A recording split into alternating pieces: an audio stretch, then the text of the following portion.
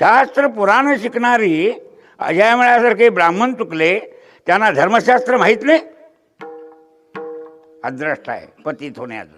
महाराज झाल्यात, त्याच कीर्तनात पैसे मिळाले माहीत नाही. गात्यातील प्रमाणे अभंग काढून टाकले त्यांचे, ते माहीत नाही त्यांना. आतापर्यंत तुम्हाला मी सांगाय नाही, कीर्तन हा धंदा पैसे मिळवायचा नाही असं मी प्रत्येक कीर्तना एकदा तरी बोलतोय, चिरमुरे का जावा. तरी सुद्धा खटपट असतीच का नाही कायची काय. मग मी निव्वळ घेणाऱ्याचा बी दोष बघित नाही, देणारं बी तेवढंच नालायक घेत म्हणतोय. मला मोकळा घालवा काय माझं.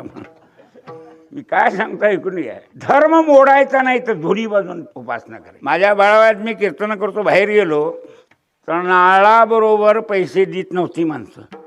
नारळ फुल घालून मोकळा द्यायचा आणि काय पैसे दिले असतील ते खिशात घालायचं. आता असं केलं, विचारावं का नको म्हाताऱ्या माणसासनी, आपणला व्यवहार करत नाही म्हटल्या तर म्हणले खरं आहे तुझं. आता तू तुझ्या गावातनं खर्च घालून आलेला, ते पैसे त्यात आहेत, आम्ही देता होत्या, आणि ते दान दिलं तर म्हणले तुझंच पैसे तुला दान दिलं नरकाला जायची पाळी येईल. कुठलं? आम्ही जे पैसे तुला देतोय ते तू आधी खर्च केलेला आहेस का नाही. हा, काहीच पण मोकळा आला, माझ्या खर्चासाठी म्हणजे होते. मग आता नारळाबरोबर दिले होते दान होते म्हणले, आणि गाडी भाड्याचं 4 पैसे द्या लागतील. म्हणजे बसत नाही, त्याच्यापेक्षा पैसे निलकं द्यायचं, नारळच दान दिला म्हणायचं, असं वडिलांची रीत होती.